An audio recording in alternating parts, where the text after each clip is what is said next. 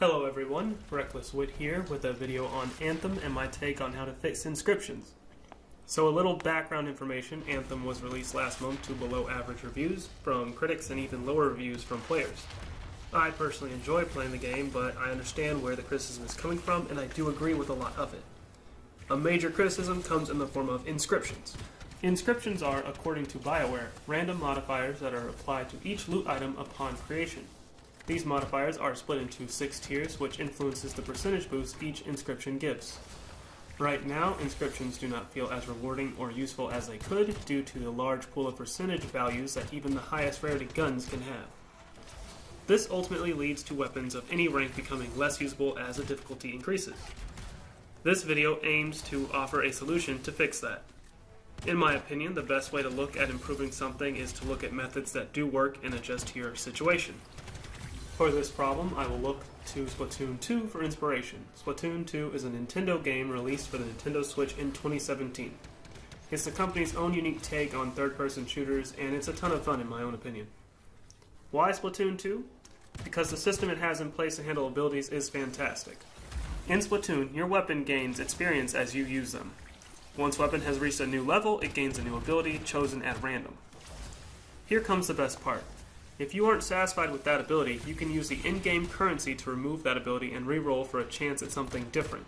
Even better, the ability you removed isn't fully gone, instead being turned into an ability chunk that can be fused with other chunks to allow you to manually add that ability to any item later. So with that explanation out of the way, let's begin with how I would fix the inscription problem. First of all, nothing changes for ranks below Legendary except for the ability to remove inscriptions with Embers. Legendaries will have a leveling system starting with level 1 and ending with level 3.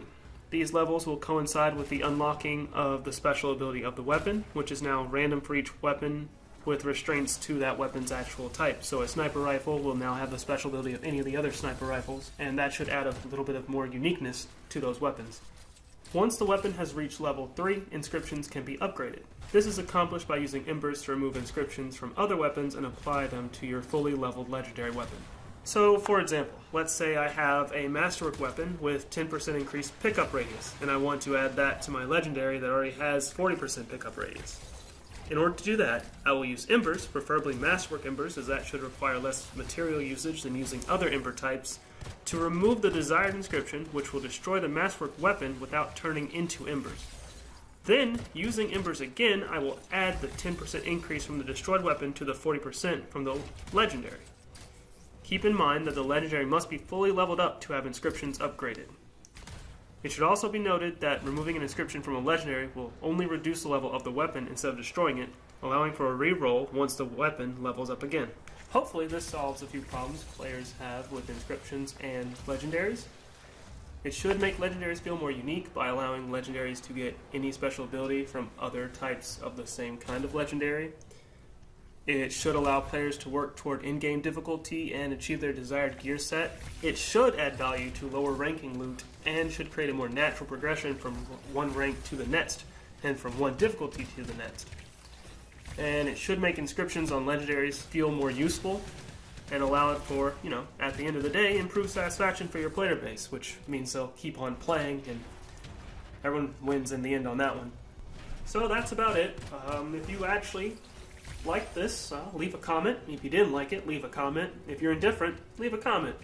At the end of the day, just leave a comment. It helps me learn what I need to learn.